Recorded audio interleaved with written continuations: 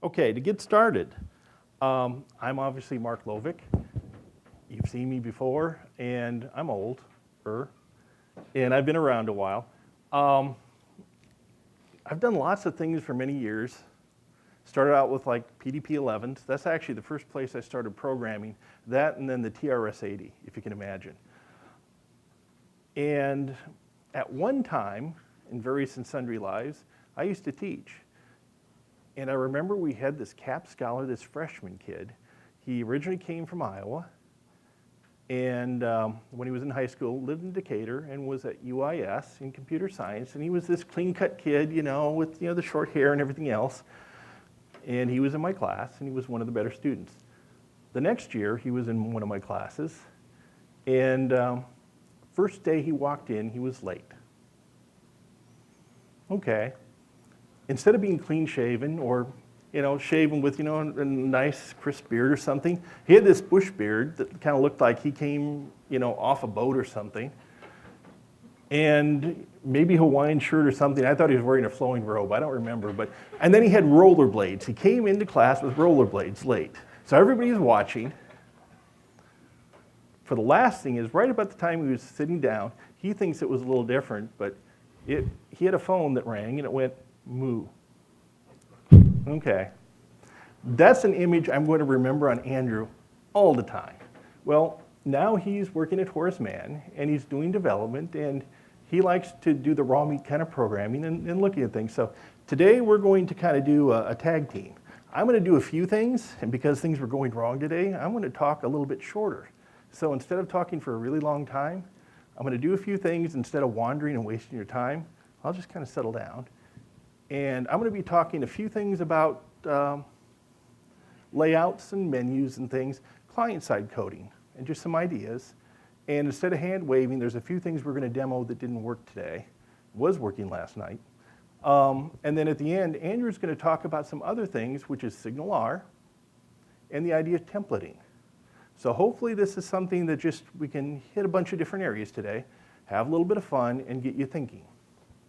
So, to get started, the agenda is mostly, and if I adapt, it's my fault, we're going to present a couple of the newer technologies available for web development. There's been a lot of tools that have been going on, and we're going to focus mainly on client-side technologies. Just to give you a background right now, starting around Christmas time, I was twiddling my thumbs, and we had a real need from applications of things I've been doing at Department of Transportation to try and change technologies, take the things that were going wrong and try and fix them, and find ways to make programming easier but make it robust. So a lot of things we've been doing is working with robust repositories and be able to do things like having repositories matching and transactionally, being able to save files and doing database saves and do it as a transaction and get this all to merge and have programmers just be able to have things work. Same time is set up identity. Well, identity is really an aspect kind of thing, right? Well, in ASP.NET, that's just a filter thing you kind of do. So hopefully we'll have a talk in the fall on some of the identity things we've done.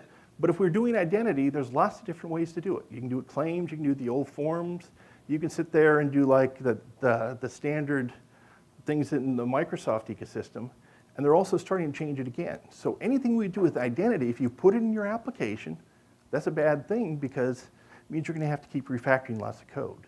So we're trying to isolate things, and I think we've got a nice framework for doing it so it's easy enough to use. Security and things are just baked in, and it's not part of the application. Okay, dependency injection, get all these things going. Well, at the same time is if we're working on all this back-end stuff, all that stuff I just talked about, we're not talking about today. Darn, bait and switch. But there's also client-side issues.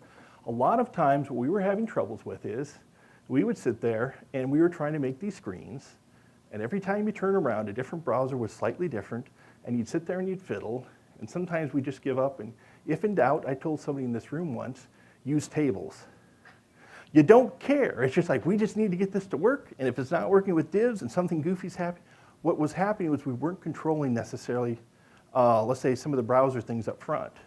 We weren't controlling necessarily all the system, and we really didn't have a nice system to apply it, so just every page had any which layout, and by the time you're done, you could waste hours and hours just to try and get something to line up, and, you know, move, move, move, and fly off. So if you've ever seen that kind of thing, it happens a lot. So spent a bunch of time then on the client side, and one thing that I like is I hate inheritance if it gets too complicated, because you'll always screw up, it'll always be stiff, and you'll always get burned. But I love composition. So now think in a different side. Can we do things compositionally so different parts of a page do different things in a nice, easy way? So what you'd almost want, let's say from a client standpoint, is we would like to have it so if you're doing application development, you don't worry about the menus. You don't worry about the layouts. What do you worry about? Just the stuff you want to stick on a page. Well, we got a couple of other things that are happening. The other things that are happening is, if you notice, mobile's gotten to be pretty important. And to write an app for mobile, right, an app for desktop is lame. It's also a lot of work. So it'd be nice if we have these kinds of things so it automatically works out of the box with responsive design. Okay, so that was one of the challenges that was also happening, because the intent is make things so all the complicated stuff's baked in, and so when you're all done, it just works. So I'm going to be showing you a little bit of this today, and it's going to be a little bit more ad hoc than I wanted. And I'm not going to go into things and try and do demos that won't work. So I'm going to start on a few things and just kind of stop, but we'll have some examples we can show you. Okay, so now in terms of the tools, we're talking about client-side technologies. A couple backing technology will be stubbed, and then Andrew's going to do some things with SignalR, which is cool, and our demo is not there. But right now is ASP.NET has bundling. And if you think about it, you go, okay, there's bundling, so what? There's some important implications in terms of making robust code, in terms of how you do things. Styling. We all know the habits we're supposed to do, but nobody seems to do it. So can you make a system so it's easy and readily available so the right thing happens, and you separate parts in your code? And then, again, I'm going to show you this composite menu system. And then after that, I'm going to wind down, and it's Andrew's chance. He's going to talk about SignalR and some of the implications on it. And we just got bit with firewalls and things here, so we can't demonstrate it the way we wanted to. And he's also going to show you a little bit about templates to present data. Okay. Started saying this already, but we have rapid changes in the industry in terms of tools. Twitter Bootstrap, 3-4 years ago, wasn't on the radar. Right now is, if you don't know about Twitter Bootstrap, you probably should. Just look it up on Google, go check on the site. It's styling. That's all it is. Mostly CSS with just a teeny bit of JavaScript. But it allows you to do responsive design very quickly when you're doing web page development. And it has a bunch of styles that you can modify and customize, otherwise your site will look like Twitter Bootstrap. And it changes the expectations. The other thing, if you notice, we're going to a flat UI. Microsoft's pushing, everybody's pushing. Before, we wanted to have all these gradients and goofy things. On a mobile experience, those things cost. On the rendering path of the browser, that costs. So we're trying to simplify and go through an elegance, and also if you have the simpler components, and if you can do it right with the details, it still looks very good, very rich, and you have a better browsing experience on a desktop or on mobile. Okay, the other thing that's happening, and I was going to start teasing on this today, but the whole idea is if you just put a div in and you do Ajax, you know, you can do Ajax and grab data, Ajax grab HTML, big whoop. And then if you start stuffing it in and keep the same container page, you can make JavaScript singletons, okay, using kind of a module idea. And then with that idea then, you have the idea of a SPA. However, with things shifting, even if you do binding and things, there's a cost. And the cost is you now have to deal with memory management on the browser. And that doesn't make you fearful, it should. You also have the idea browsers aren't going to necessarily be that fast. So the idea of Bootstrap, it's very fast because CSS tends to be optimized more on a lot of the mobile platforms than JavaScript. In particular, Apple is known to be smelly bad on JavaScript, but the CSS is quicker. So the more you can style in as opposed to the more you code in, the better off you're going to be. So this whole idea of having CSS doing all this stuff for you, and not having JavaScript really has a reason on the mobile platform. Okay, the other thing with shifting requirements is, if you notice in the application space with Windows 8, things are really murky right now. The web space seems a little clearer, right? We do HTML, we're using JavaScript on the client. Whatever you want on a server, you don't care. Client side right now just seems to be a little goofy and it seems to be up in the air. But if you partition things as services right now, that's not necessarily a bad thing. Okay, so the thing is, the details are easy. Fitting things together so they're robust, so everything has a reason. You know, using the technology, example that I just saw recently is somebody saw interfaces were good. This is probably an idea that happened 3-4 years ago, and I was looking at some code. And I want you to imagine this. This is a C# set of classes. And there was an interface where the interface, and it was a generic interface. And the list of generic interface types totaled somewhere in the order of 30 to 100. So you can imagine, class of type 1, interface 2, interface 3, and it was realized with a class that had the realization of the interface 1, 2, 3, 4, 5 down to like 30 or 40. That's the whole idea of using interfaces to abstract code, but it isn't functional. So the real problem is you don't want magic bullets, the bottom of my slide. What you want is you want robust tools that fit together, and that takes thought, and it's hard. So like these little things, CSS is relatively faster, JavaScript tends to be slower. The more complicated your DOM, the worse off you are, because it turns out there's some complexity for rendering, for downloading, for everything. So we tend to want to find simple solutions. Okay. You will notice Microsoft has a quick release cadence now. We've gone from Net 3.5 to 4 to 4.5, and it's tending to go much more quickly. MVC, the last time I talked about it, about 18 months ago, was MVC 3. Now we're to 4. And Visual Studio, if you've noticed, they're doing quarterly updates. There's update 1, 2, and 3. Then there's going to be Visual Studio 2013, so they probably don't need an update 4. Darn. These tools are really nice. The updates make a difference. And then there's also, in the cloud, Visual Studio Team System. All of these are game changers. We use Visual Studio Team System in our project, and we barfed it up somewhere. Probably with NuGet is where we did it. Yeah. But sometimes these things are great, sometimes these things aren't. But the tools are improving drastically. You just have to be a little careful when you use them. Okay. So I'm not going to show you everything I was going to show originally. We already talked about Web API a couple months ago. Nice talk. In ASP.NET MVC4, there's a modified startup. What used to be all in your global ASAX now is kind of partitioned off. You have bundling now, you have your filter configuration, everything moved up, and it's not that bad. Cool thing, though, is we have NuGet support. I just told you we got burned by it, so it's cool, but once in a while you get hurt. And the idea of bundling. Bundling allows two things. You can compress things, you can put things together for less requests. On mobile, if you're in 3G, it's about 1/3 of a second to 1/2 of a second per request. So if you've got a page with like 10 loads, you know, JavaScript file, CSS file, HTML file, partial view, you know, and things like that. Every single one of those, until it gets cached, is going to be about 1/3 to 1/2 a second. So it's not throughput, it's latency that's going to bite us in the tail. Okay, so bundling is one of those things we can do, but you have to do it the right way.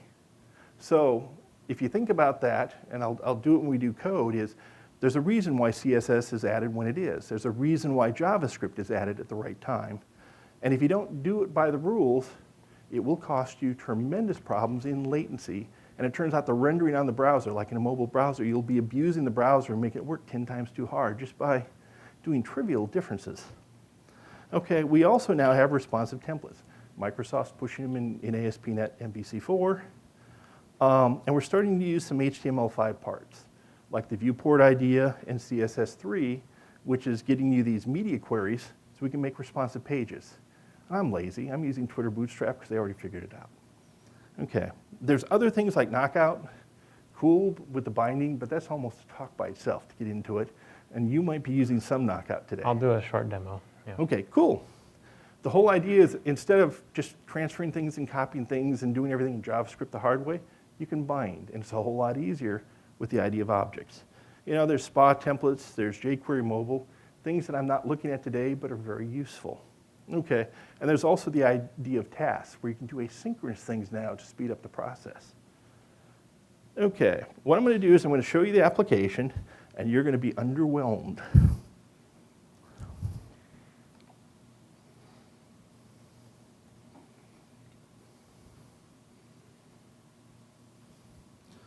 Okay, this is a generic application. There is no backend, no entity, not much of anything for view models, no security, you name it, it's not there. And the reason why is we just wanted to focus more on client side and make things simple. But we've got a couple of cute little things if we do it. So I'm going to run the app, and we're just going to look at it real quick. And generic page, didn't change it, was going to put some reference in, ran out of time. But I've got myself a great controller. For MVC, there's two things you need to worry about. If it's a page in MVC, your path is always going to be your controller name. So I've got something called a YUB controller. So my path is YUB. I also have a page that's YUB index. So it's YUB index. Good name, huh? But everything you do in MVC goes through this MVC router. If you have resources, everything is going to be a route for a resource based off your page path. So wherever your application route is, applications like JavaScript always go to that page route. And that's a little different thing from straight ASP.NET without the MVC part, because remember, it's not just resources and paths, it's that controller path. Resources just use the old ASP.NET kind of approach. Okay, so that means that for me to get here, I got to start doing the YUB, and notice I've got YUB and YUB index, because I've done this before. I should have done a page link. And now you're going and you're saying, wow, this is a cool page, isn't it? I've got a header, I've got a footer, and I've got a page with a little button that doesn't do anything. Wow, pretty cool. And I've got some other corresponding pages, Lovik YUB. So this is just a little menu system.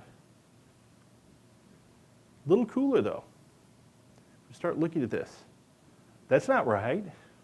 If you notice right now, I just shrunk down my viewport from what would be a desktop. So if you're on a mobile, if I was to post this to Azure or something, which wouldn't be too hard, all of a sudden now things moved around. And what's happening is there's the idea of a viewport. In HTML5 you have a viewport, which is what's your browser width and height and all that other fun stuff. And as you change the viewport, CSS knows about this and it can adapt accordingly. And so what's happening, these media queries tell you what's your width, what's your height, and based on these criteria, your styling changes. No JavaScript, no code, just styling. And this is part of Twitter Bootstrap. I'm using the Twitter Bootstrap styles here. And as we go a little bit more compressed, notice that we're still changing a little bit. And then now, I finally hit the stage where we're into it's a phone, or it thinks it's a phone. So you notice now is it's doing responsive in even yet a different way. The amount of code I wrote on this is nothing. This is just out of the box in Twitter Bootstrap, and if you can customize the styles, you could write something better. You can spend a whole lot of time to write something better, but why? This is why Twitter Bootstrap's pretty popular. You can get other responsive approaches, and this is usually considered some sort of CSS grid style. So what you do is you make a grid and you use divs. Okay, you have a container div, and inside the container div you have row divs. And then inside the row you have basically a column system where you have columns from 1 to 12, and you set the column width. And that's it. And by the way, inside a row you can put columns, inside columns you can put new rows, and so you can just keep doing this ad nauseum. And what you're doing is you're making chunks of code, and the code will just tend to flow. So what you're doing is you really think what's happening for your mobile experience, and as the desktop goes, the most important things are in the top in mobile, and then they flow left to right and top to bottom on desktop. So all I'm doing here is just the idea of a menu. So imagine this. What I've got for this picture is that we have a menu. I'll move it to desktop mode here, sorry. We have a menu, and I really have just a couple regions. I have a header region, a footer region. This is a completely different controller. This is my menu controller. And then I've got a region for content. And inside here, I can make my own container again. And so what happens is, if you're a developer and you're just worried about the application, you just slap in menus, and then you have your content playground to work with, and it works pretty much the way you'd expect. The whole container arrangement's fluid, so it'll go down towards a mobile experience, and it'll go back to a desktop experience. And if you use the same rules, your content will do the same thing. Piece of cake, and it's easy. That's the reason why I like it. And what we've done is we've built this compositionally. I've got a container layout, we have a body layout, and we have a menu layout. And that's about it. But we're styling with Twitter Bootstrap, and we're using a few tricks here. Okay, I haven't done much code, so let's look at this. If you remember on ASP.NET MVC, there's a convention. If I have a YUB controller, let's see if I can go find my controllers. I have a YUB controller. Okay, that's that first part of the path. Okay, and then inside the YUB controller, I've got a YUB index, which I can go build a view. Just right-click, it'll go build me a view. And by convention, it goes into views, and we go into here. So we'll just pick one of these. YUB index, that's where we started. Not much here, if you've noticed. What I've got here is I've just got a layout. That's important. Basically what's happening is the layout says, here's where I'm starting. I've got a page, and I need to go find a parent page that I'm linking to. Okay, so what's happening is we route to the controller says, here's your page, we build the view, but as part of the building the view, it says there's a layout. We go to the layout, and then if you notice, all I have in here is a YUB index display and a button that does nothing. But you notice my class of the button is as a type button. That's a Twitter Bootstrap convention. That's all you have to do to make a nice, pretty looking Twitter Bootstrap button. And I'm using button default. I can do button large, I can change the colors, we can do all sorts of things. And you can do your normal button events in a button way. Wow. Okay, but if you notice, this is just something where we can make a responsive page. I'm going to play with this just a tiny bit to show you what you can do. And I might goof it up, but that's okay. But now the next stage we want to go to is let's go into this demo layout. Most of our shared things for like layouts and stuff are in our views shared folder. And you notice for the path here, remember I told you about the resources. From our application, you notice we're in this squiggle view shared demo layout. Now I'm not necessarily going through a controller for the shared stuff, right? I'm just going to find the page, and we go in here on this shared menu. It does not have the controller, and demo layout, this now says, darn it, I've got another layout. So notice I've got a twofer layout here. This layout's pretty simple. All I've got are a couple of render sections. And it would be even simpler, except Andrew threw stuff in here for Andrew's stuff. But that's okay. We really only would need a menu section and a body section, and that's all I'm caring about right now. But, and notice the body section. This is standard ASP.NET MVC. Render body says whatever your main page part was that you just started with your controller, stuff it there. Menu section, well, since we don't have any render menu automatically, we're just calling an action link. Which one am I doing? Render action. What we're doing is we're creating the HTML as a partial, stuffing it into this one section called a body section. It's not defined here, it's defined in the parent container. Everybody has that idea. So we're just compositionally building up the screen. But we're doing it in a goofy way. We start with the page and it says, okay, here's my layout. This layout here is just responsible for setting up the menu for most respects. And we're doing some other stuff so you can do SignalR and things that Andrew wants to do. Mm-hmm. Okay, so now we're going to go one more layer out. And I've got a container layout.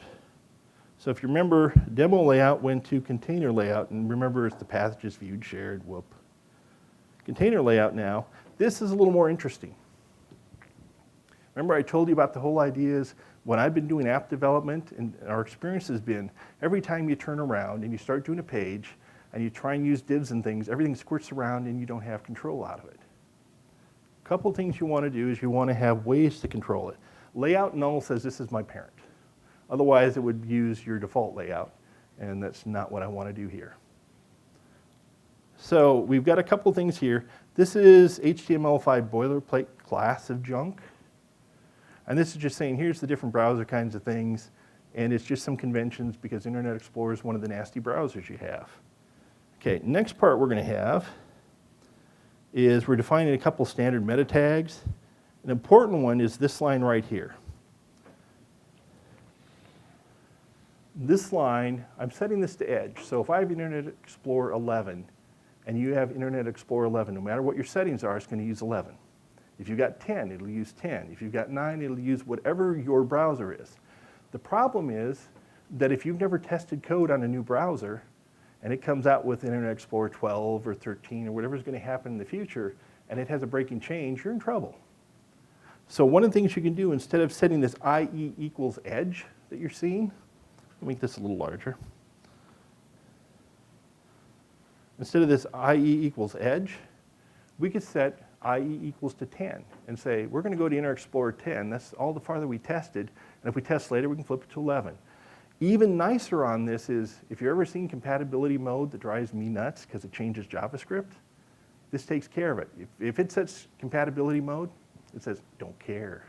We're still going to use the right version of JavaScript so they can do the settings and we just ignore it. Really important kind of key here. There's a couple of other things that aren't that terribly important, but now this is a little different. We have ourselves the whole idea of bundling. This is using the standard Microsoft. Bundling's happened before. There's possibly better bundlers, but this is nice and easy and simple. It's baked into the framework. And what I've got is I've got a bundle of a bunch of things for styling, an app style thing, and then we have a style section, and that's about it. And then notice that what we're doing here is I'm setting up the layout. If we want to change the whole arrangement of how this looks, all I'd have to do is on this screen, and all the subsequent screens would get the same layout with menus. So I could put the menu on the top, to the side, to the right, to the left, doesn't make any difference. But what we're doing here is this is using Twitter Bootstrap. And it turns out in my styles for the content or the app style, one or the other, I've got Twitter Bootstrap snuck in there for style. Remember, that's mostly CSS. So the main thing we do is if you make a class of type container, that's your big bucket to put things in. So if you're doing like table layout, it would be your table, and then you have all your rows and columns in there. This is using divs, which is a little better for mobile. Plus, you're separating the tables for table things. Now, this is Twitter Bootstrap 3. It turns out you'd use Container Fluid to do the same thing in Twitter Bootstrap 2.4 or whatever the last version was, and they just changed it, and that came out like last week, 2 weeks ago, something like that. They're trying to make sure responsive now is their default. So it turns out all this re-layout stuff, all we do is make this container layout, and then inside container layouts we have rows. Okay. And so what I've got is I've got a div class, and this is the change, the biggest breaking change. It used to be span, and you have up to 12 columns. So span of 9 would be 9 columns worth, 3 would be 3 columns, and it totals up to 12. If you run past 12, it'll just start wrapping around. Well, right now is we're saying we've got then this column large. There's a couple of other options. This is the easiest, but you're saying we're going to use the whole darn row, and we have this SVNUG ASP.NET MVC4 demo. Go back to our code. Let's look at this. We've got a header. Wow.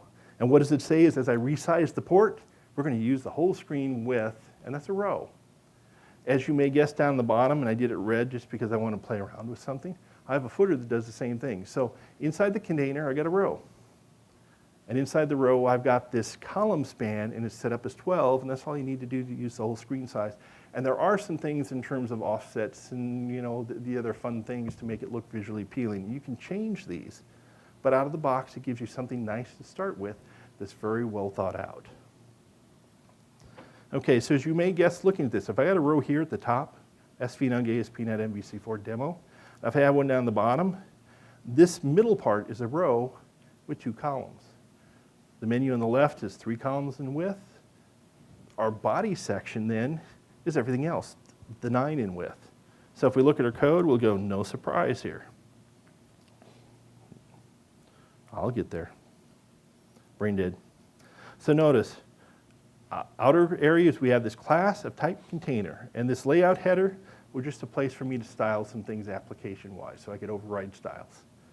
Okay, we then have this row, and inside the row we have columns. And by the way, inside a column, since it's already a container, you can put rows in here and you can start all over again and subdo things. So imagine for this, if this is our outer container, our body section, we could put a new container in and start it all over responsive and just forget that the outer stuff exists, and we just have that viewport for our main body content. That's all we have to do. I like that. Okay, so in here then, notice we have container, we have a row. Oh, I made 3 containers, shame on me. All I needed was 1, I could have had multiple rows. It works. And you notice here, here's where I've defined the menu section, and body section. If I wouldn't have defined these 2, we wouldn't have had that area on the next tier down. So our outer container makes these 2 sections. The next layer down has to implement these sections, or we're going to have ourselves an error building the page. But that's all we really have to do, and now we've styled where the menu goes. So we could have lots of different menus, we could have lots of different pages. All the styling now is consistent. We bundled this in one place. All our menus now are consistently done. We could have different menus. All our body sections now are consistent. We have the same layout all the time, so we don't have to work at it so hard. And then at the very end, we have the footer. And notice I have a layout footer. Only important thing is because I played around with some styles here. And at the end, we have our jQuery junk. Now I want you to think about a couple of things, because this is important. How many of you know why CSS should be at the top and jQuery should be at the bottom? A few of you do. Lee. Well, you have to have the DOM ready. So that's, if you have the JavaScript at the bottom, sure they do it. Okay, that's a good reason. Okay, you got a part of it. By the way, I'm going to only ask for volunteers from now. He was the only one I was going to do drive-by on. Okay, so why? CSS can be downloaded in parallel, so you want to start it all first. That's one reason, but there's another really important reason. You don't get a flash event style content. Okay, flash event style content, that's the first part, and then there's the second part. Okay, if you think about the download process, first thing that's going to happen is, imagine you're a browser and you're trying to build a page. And this is not trivial for mobile, okay? This is really important. You're a browser and you're trying to build a page, and you start building up your DOM. You're assembling it, you're trying to render it, so you set it up and make it look all pretty and everything else, and all of a sudden you get this new style. It's like, shoot. If you're a browser, you're saying obscenity right now, right? Shucky darns. And then what happens? You have to start your rendering again, your rendering pipeline. And this is on a phone or whatever, and it's not the fastest way to do it. Okay, so then you get a new piece of CSS. So besides the flashy thing, this is incredibly inefficient, which means your page loads now are just going to go tank. You have the latency problem, but you also then have the issue of the rendering pipeline. Okay, the other thing is if you have JavaScript, it blocks this whole rendering path until it's done. So that's where you really want to have it at the end. You want to wait for an on-load so everything sequences right. So if you do the habits, it's fast, it's right, it's easy. So the rule is CSS top, JavaScript in the bottom. And if you know some of these reasons here, it gives you a good idea of where you need to cheat. Because what I'm showing you is simple. There's sometimes better ways to do it, but they're much more expensive. Okay, time-wise, how am I doing? I think you're fine. Okay, cool. Now I got to figure out something else to say. Okay. I was going to say, if you use Modernizer, you can't put that in the bottom. You know that, right? Oh, no. And the reason why Modernizer is because that's going to go annotate your CSS. Right. Okay, next time we'll do the right thing. So now we can look at a couple things. I'm going to go back to the slideshow, just for the jollies. And I got ahead of myself on the slideshow. We said we were going to do the demo, and I cheated and went massively past, and I'm having troubles finding anything. There. By the way, we're using Team Foundation service. I've gotten all things Lovik, and it was really easy to set up. You just connect to it, and away you go. And by the way, it's free. So if you aren't using something like that, shame on you. And free for anybody. Okay. So now in Visual Studio 2012, I'm going to get to a few of these things, and I don't want to go too long today. But Visual Studio now is in Update 3, and Update 2 did a couple things really nice. One of the things is I like less. Less is CSS on steroids. It gives you variables, gives you some other cool things. And right now is if you use NuGet, it used to be to configure things. Anymore, if you want to get less into your program, you need some way to compile less into CSS, right? Because you're not going to do less traditionally in the browser. Some can, but traditionally you're going to convert it to CSS on the fly. But you want variables. You like the idea of mix-ins. You'd like to have code that looks much better in terms of styling so it's not so busy and complicated and ugly. Less can give you that. Well, in about Update 2, Visual Studio supported IntelliSense and color coding for less. Cool, because it used to be add-ons and it was complicated, and every time you had an update, things would break. If you use .less, that will basically, when you're rendering pages and setting things up, it will actually take the less, turn it into CSS, and you can set it up in the bundler automatically. So that's something that's really nice with Update 3 in Visual Studio 2012. You're also getting IntelliSense. You're getting completion. You're getting some really nice things that are happening. They really rewrote the CSS styling. They rewrote the JavaScript piece. You're getting IntelliSense in JavaScript now. And it turns out when you get to 2013, they're supposedly rewriting the HTML5 or the HTML rendering piece. And that should be very nice. So when 2013 comes out, look for the HTML changes because it should be much more efficient. Okay, JavaScript editor got changed. You can't round trip if you go to net 4.5. But if you want to have some people that are in Visual Studio 2010 and 2012, I've taken some really ugly projects. As long as you stay in net 4, you can do it in Visual Studio 2010 and 12 and round trip it back and forth. You can put it on the same team system back and forth, which is major cool for a transition. If you go to net 4.5, it won't go back. You also get IntelliSense and snippets and things for CSS3. You also get some things where you can set which version of HTML you're using. So you are actually getting IntelliSense that matches the version of the code you're intending to use. You also can use a browser page inspector. I was going to show it to you, but kind of a big whoop. Okay, I was going to look at the features, but I changed some things here. Notice to do, didn't get there. What I just shown you is the idea of a responsive grid. So just kind of to summarize before we do a couple of other things is you're using div containers, and all you have to know is you put Twitter Bootstrap in your path, and I'm going to look at the bundler here next. You put Twitter Bootstrap in your path, and you have an outer div called a container. And you can nest containers in ad nauseum, just don't make it complicated. And then you have rows, and then you have this column. You can have column large, you can imagine you have column not so large. And there's a few other styles, but it's fairly easy. And then you have this idea of a 12-column grid. And it's probably the front runner for the grid system, but there are some other alternatives you can use. And this gives you that basic responsive design I was showing. And if you want to, inside a row, inside a column, you can put another row if you want to. So you can do rows and columns because it already knows the container when you're starting to do that. And this is the new things in Twitter Bootstrap 3, which is in release candidates right now. So it should be pretty much mainstream by the fall. Okay. The other thing that, just to reiterate, this was a system we were talking about, and I just want to summarize this.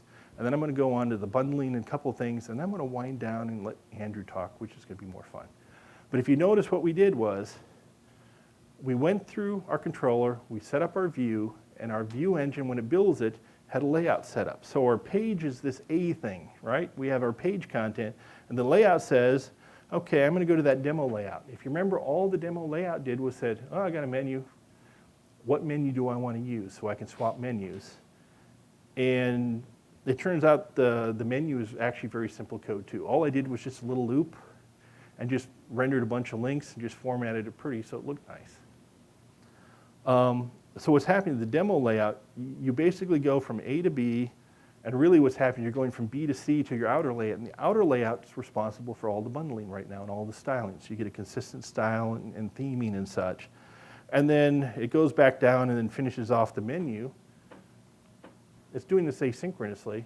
And if you want to, the menu, you can always look at your context and see what your action was and your controller, and you can always then use that to highlight if you want to for styling. So you notice that you could actually have wherever you're at being actually highlighted, so you're not only just clicking on it, but you're actually showing where you're at in terms of context, right in the same kind of view. That's not too bad. Okay, back into code. I'm probably going to bail on this now. Let's just get off this.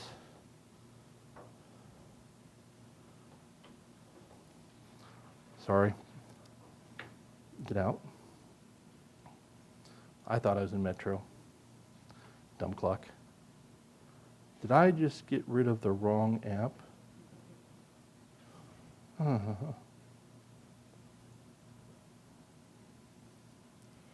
Guess what?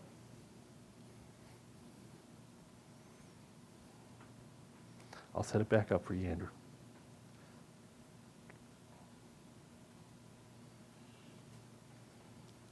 Okay, real quick, I'm just going to show you the bundling path. And the nice part about the bundling is, a lot of times if you do things on the page, if you start putting comments in on your code, you're going to show it to your clients. Not necessarily a good thing. Plus, it's going to be throwing a lot of junk that's in there. Bundling does the right thing, almost always, where what's going to happen is you can set it up so by default in release mode, it doesn't compress stuff. In debug, it doesn't compress things. In release, it compresses things and it will bundle them up into the smaller chunks so you're not having unnecessary requests, which remember, the latency is your problem. I was going to show this, and you could easily do this.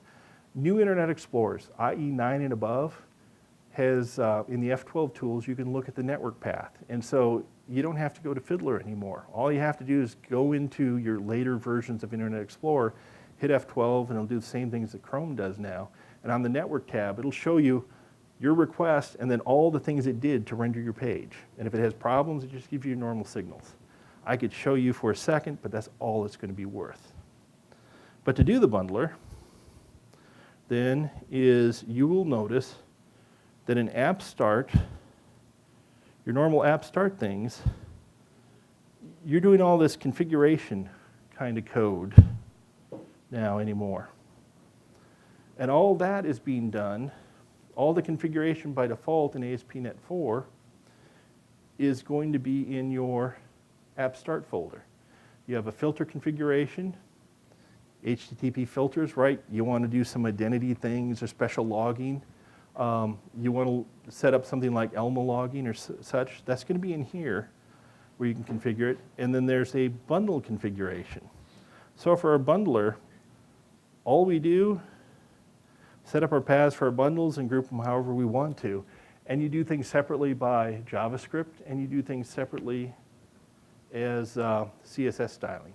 So you just assemble the bundles you want, and if you remember I said we had Bootstrap, that content CSS, golly gee, it did have Bootstrap. Another thing that's important here, normalize.css. Really important for browser differences. Normalize just says, by default, different browsers do different things for like divs and containers and paragraphs and all that junk. Normalize just says, we'll take all the styling from the browser and throw it away and start with a clean slate. So the browsing experience, the styling will be consistent. So you really want to start with like some sort of normalize or some sort of way to break all the browser dependencies. So just by default, our actual pages for our content, since I styled on the outer side, really doesn't have to do anything on the inner side. Still okay for time?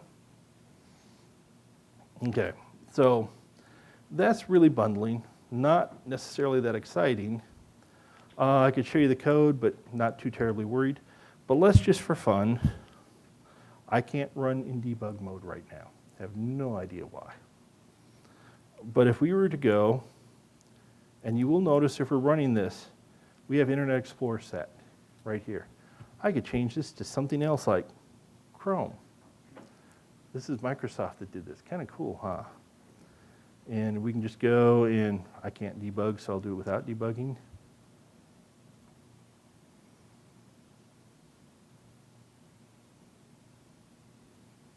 My page is now on Chrome by default, and I can start out that way. Or I can change back to Internet Explorer, and we can go render a page. little things are nice. And there's also a default page inspector. Page inspector is going to be like a browser, but it's stinking slow by comparison. It will not be as performant as like a general browser, but now you can go through and do inquiry, and your debugging experience can be much richer. You're not going to do perf, but you can actually go look at it. Now in here, remember I said F12 tools? I'm going to go and find F12, and I can't see the screen with a darn. Airplane mode. Yeah. Hopefully I didn't kill the connections here.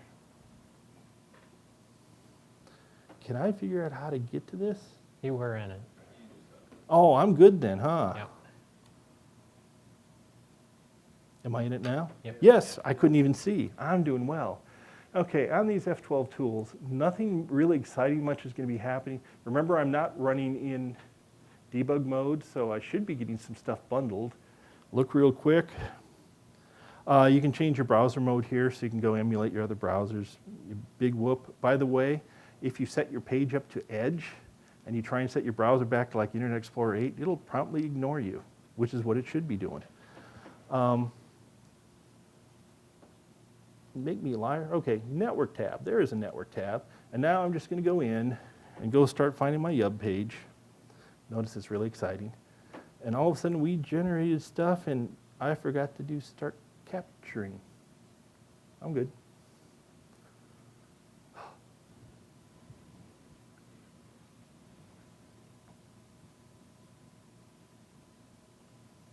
Cool. So the kind of things you're used to with Fiddler, you're used to with like Chrome tools and stuff, but Internet Explorer does it. So if you're used to using the older versions of Internet Explorer for doing web development, get rid of it and go on and do this. And most of the time you can get by without like a Fiddler. Oh, and there's one more thing that's happening here. In NuGet, there's something called Glimpse that you could use.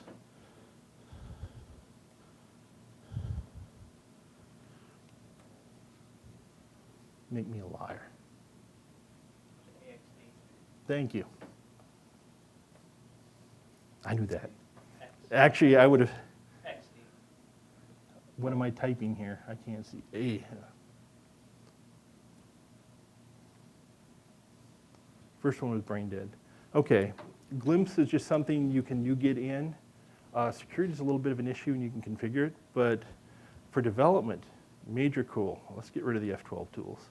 I just turned Glimpse on, and then if I go back to my page, where I was at, yeah, not all those Glimpse things.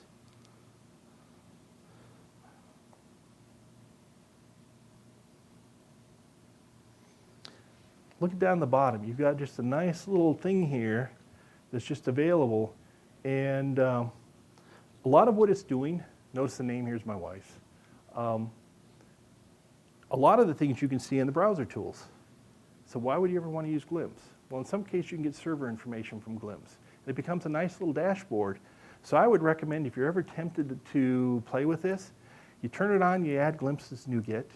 If you don't like Glimpse at the end, you just pull it off and you're back to where you were. But it's a nice little development tool that's available. And notice you can turn it on and off as needed. At the same time, there's another thing called Elma, and Elma's for logging. I'm not going to demonstrate that because it's not necessarily exciting. I'd have to go crash something. But Elma does the same kind of thing. Is you can set up logging, so whenever you do have production crashes and things, you're going to get a log that can be mailed to you, stuffed in a database, whatever you want to. And it's mostly by configuration. And remember, because we're doing the filter idea, we're getting this as an aspect. It's not part of your code. It's just configured in terms of your IIS stack. So that's enough for today for me, and I've talked too much. We now get Andrew to be able to talk about more interesting things. All right, thanks, Mark. Okay, so I will show you the fun little thing we were going to do, which didn't work at the last second. You may want to turn off Glimpse.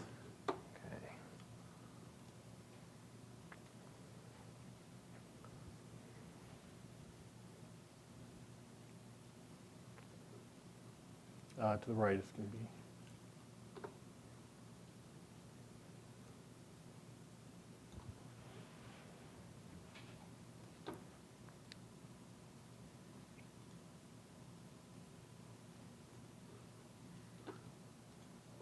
Okay, so my first demo of SignalR would have been to kind of interrupt Mark here on one of his demos. I was going to be even more chatty than normal. So SignalR allows the server to communicate back to the browser, like push-style communication. So this page here on the right of the screen is basically a controller for this little ship here. So when I've got this window in focus, I can use the keyboard to control something on the other screen and just kind of destroy his page. SignalR makes this pretty easy, and It's cooler than what I had. I can walk through some of that. So let me get into some code here. SignalR has a framework called hubs that help browsers communicate with each other or with the server or the server with the clients. So here we have a hub. You just inherit from the hub class. And then you define methods. And these methods are made accessible to JavaScript code. So all of these public methods we are calling from some JavaScript.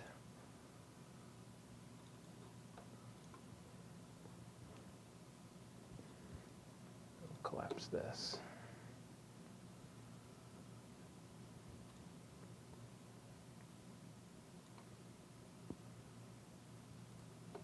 Okay, so here on the hub that we've connected to, we call the key down method, which gets routed to the server. And you'll see there's a key down method here. And SignalR does some translation to convert C# kind of standards where we, uppercase method names. It'll convert those into JavaScript conventions. So you got a lowercase k here. But then this will send the key code to the server, and it does some nice JSON serialization and deserialization. So that key code gets sent to the server, and then here we're sending it back out to the browser that's acting as the viewport, which would have been the left screen over here. And we just send it as the key code and the ID of the person who sent that. So this is multiplayer enabled. You can have multiple ships flying around on the screen. And it's actually pretty simple implementation. Behind the scenes, there's some complicated concepts like long polling or some HTML5 APIs that aren't supported in all browsers, like WebSockets or server-sent events that enable this. And because not all browsers support it, and even like IIS doesn't support WebSockets, there are some scalability issues because worst case, it falls back to making like a full-on request to the server, like HTTP request for a script. And that doesn't, like Mark was talking about earlier with latency and all that mobile stuff, it can get pretty bad. But modern browsers are pretty good. And you saw how responsive it was when I was flying this guy around. You can see the little fire trail there, and he's steering pretty well. So it does all right. As long as you're not doing real-time communication or anything like that, it can be pretty performant. And I have an example that probably better demonstrates a good use of SignalR. So a simple chat hub where we let users log in, let them join groups, leave groups, and then send messages to groups. So I can actually close that one now.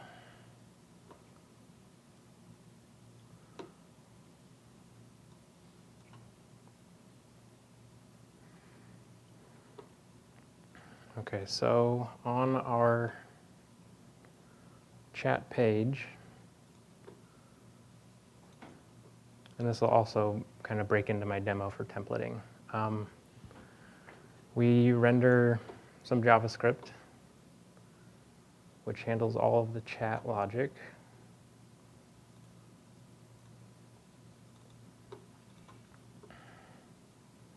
And in here, if you see these weird functions that enclose everything, that's kind of a best practice for JavaScript. You don't want to expose all your inner logic to everybody.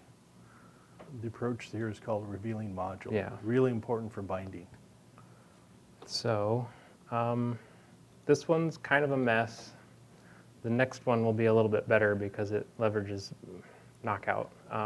But here we have a client method for receiving messages and one for receiving people.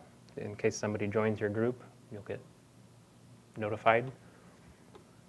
So the hub is actually going to be calling this receive message method.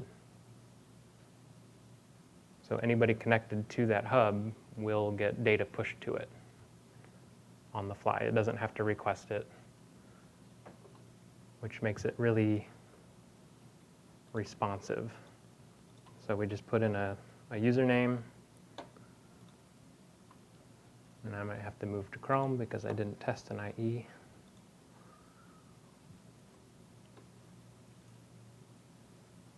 Yeah, so we just executed the join and the login all in Change one. the browser to Chrome. Yeah, I got it. Here. Well, I mean, you can do it on Visual Studio. Yeah, that's you could do it like this, or just copy paste the URL.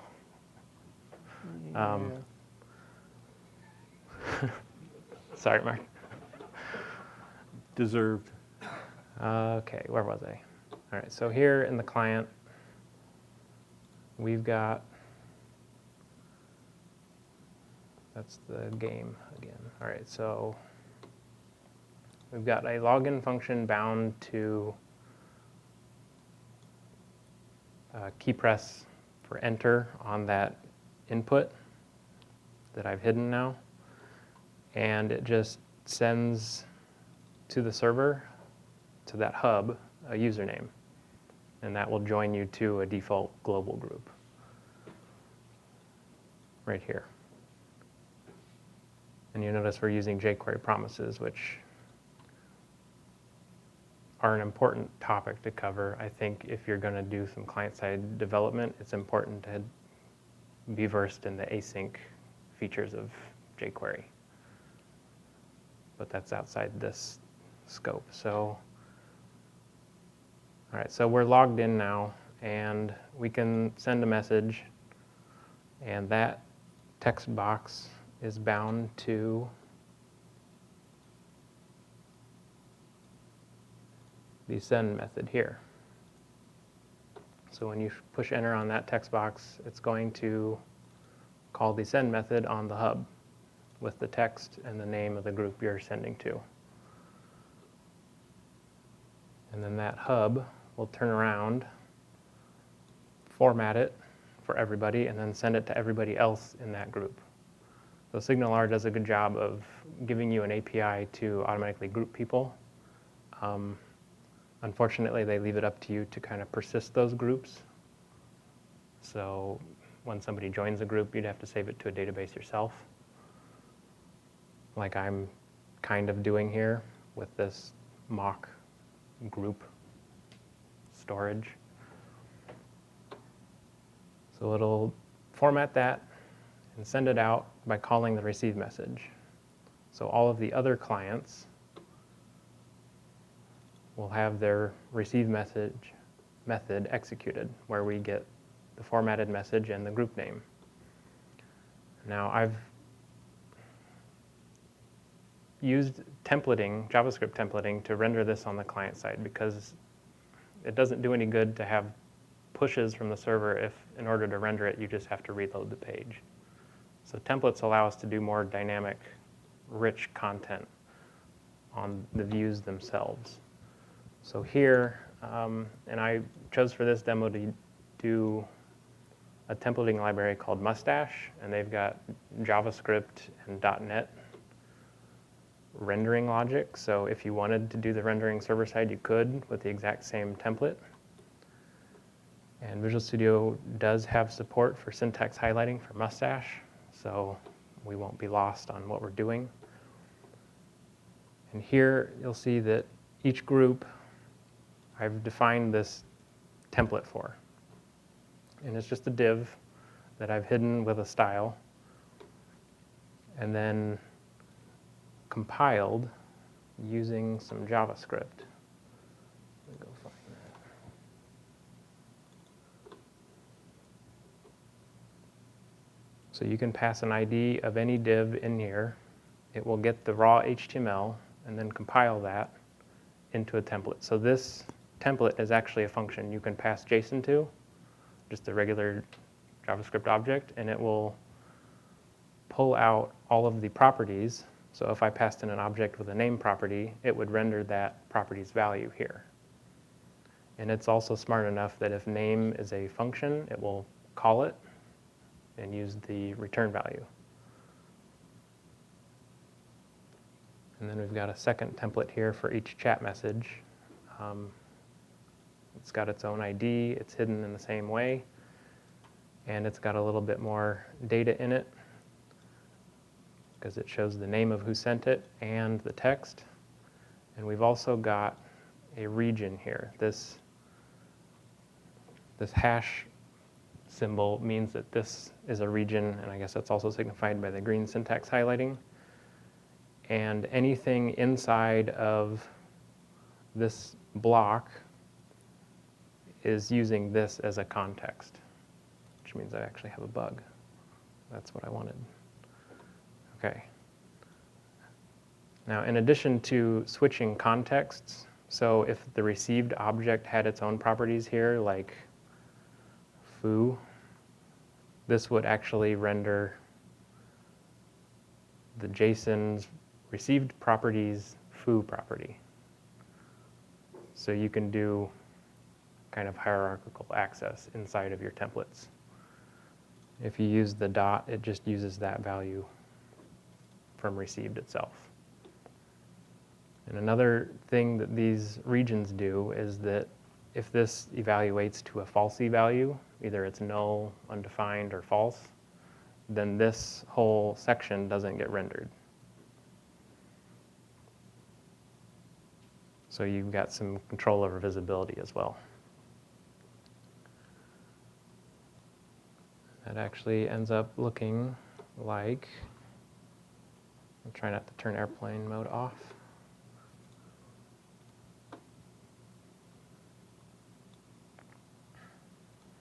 Here we have our group. So that's the group template. And it has rendered its name here. And then inside the view div, we've got what would be a list of messages. So if I added another one,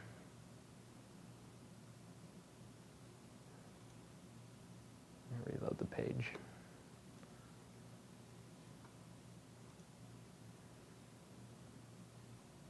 You can see they just keep rendering in place there. And when we look at this, each template is represented in the DOM. So an easy way to just spit out dynamic content.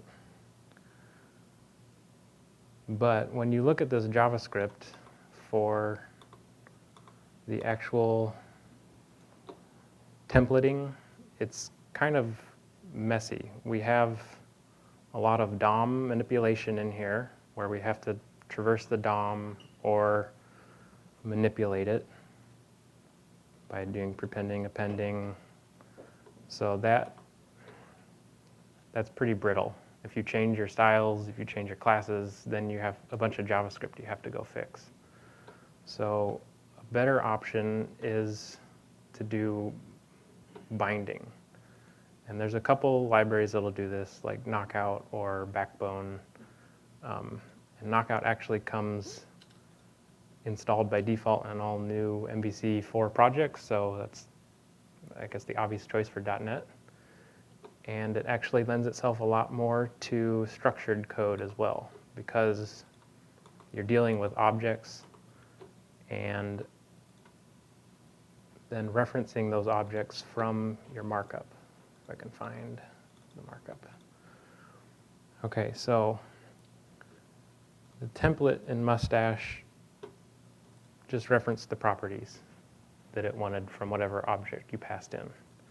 In Knockout, we have a similar concept where we use a data bind attribute and a property.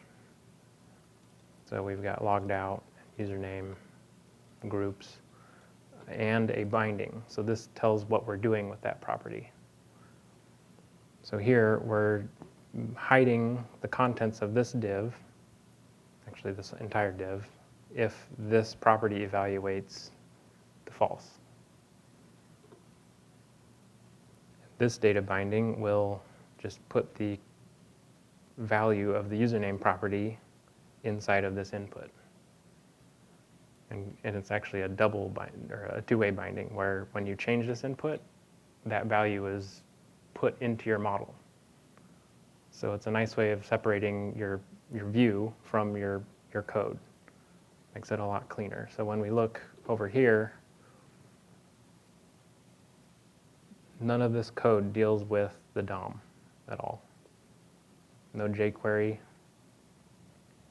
just code, which means it's a lot easier to test. If you wanted to write unit tests against this, it'd be a lot easier than if you wanted to do it against the Mustache version. So let's see where we start. Okay, so when we render this JavaScript, its entry point is here. When the DOM's ready, we will call this apply bindings method, and we pass it a model. Now this is just an object that we've constructed with this constructor. And this, I think, demonstrates the revealing module where you have some private members because they're scoped to this function. Nobody can get to them.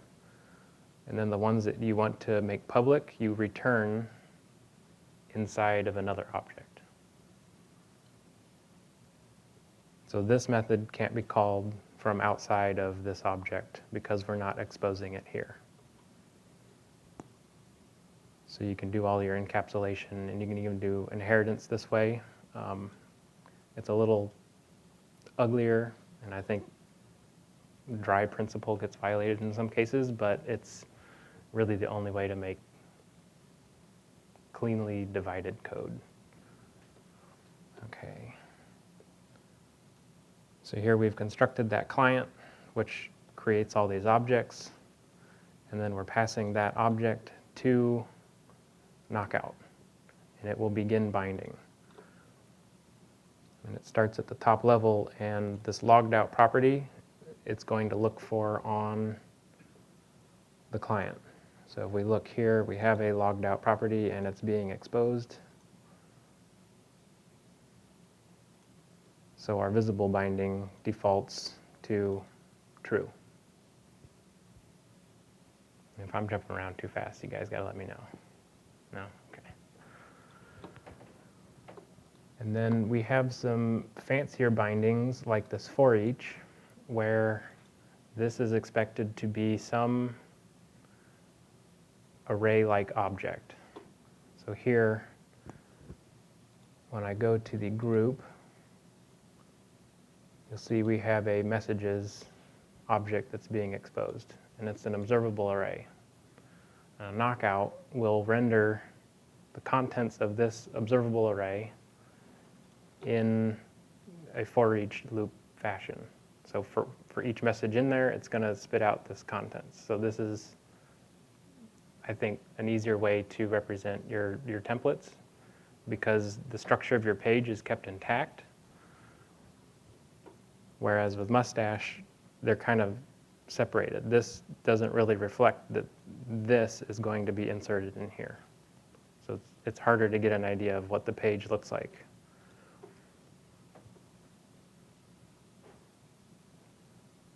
All right, and we also have, let me see,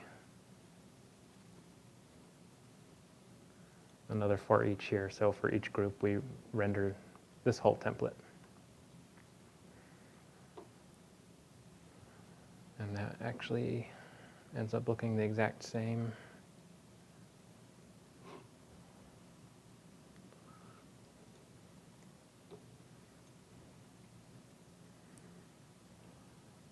So we get the exact same output. I kept the same styles, so we could use CSS to make them look fancier. And you can see in here we still have the data binding attributes. Now, Knockout doesn't scale very well. If you're using it on a big application, mobile's probably going to have problems. But it does make it really easy to stand up a nice dynamic page. And it works well with Web API because you can request JSON and just pass it into Knockout, and it's going to render a whole bunch of stuff for you. Hey, Andrew. Yeah. What are some of the places where Mustache seems to outshine Knockout? Because based on what you were showing us, it just seems like, you know, if you're going to choose one to achieve client-side templating, that Knockout's going to be your go-to guy. One of the things I like about Mustache is that it does have rendering capabilities on the server. So there's a NuGet package called NewStash, which lets you render Mustache templates on the server. And I think they've actually gone so far as to replace Razor, if you wanted to, with pure Mustache. Okay, but if your goal at the end of the day is client-side templating and outputting things directly to the client, then you would say just go with Knockout?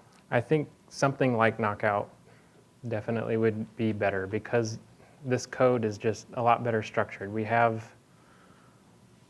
distinct objects and their jobs are better defined, where, I mean, a group has messages, the client has all the groups, so it's a lot easier to structure and it's more maintainable in that sense. But I think it's a bigger investment to go with Knockout because there's more to learn.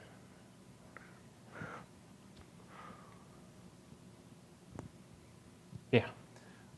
Question I have, in your experience with Knockout, did you always use revealing module with Knockout, or did you ever try and use other approaches to do code? Because how you do that makes a big difference in terms of how easy it is. I have always used something similar to revealing module. There's another one that I like, what Douglas Crockford calls parasitic inheritance, where I'll just kind of make an example. You might make an object here that you want to have all your public things in it. And I think this helps with repetition. Then you can modify it, augment it with other things. And in the end, you return self. And then if this were, say, a function,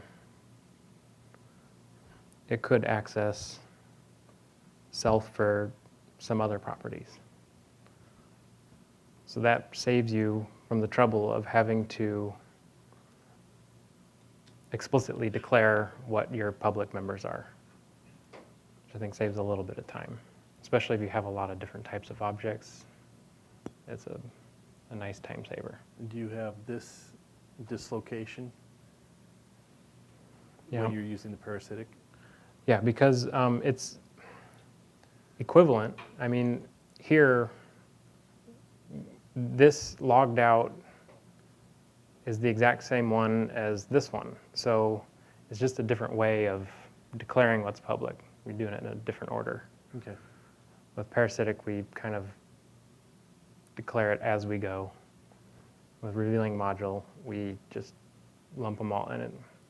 In some cases, I guess this would be nice so you can tell at a glance all your public members.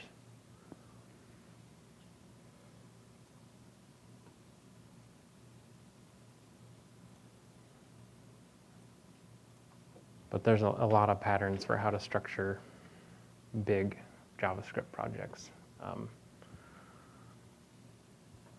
mainly because it lacks some important language features like member and public-private scoping, all the basics from .NET.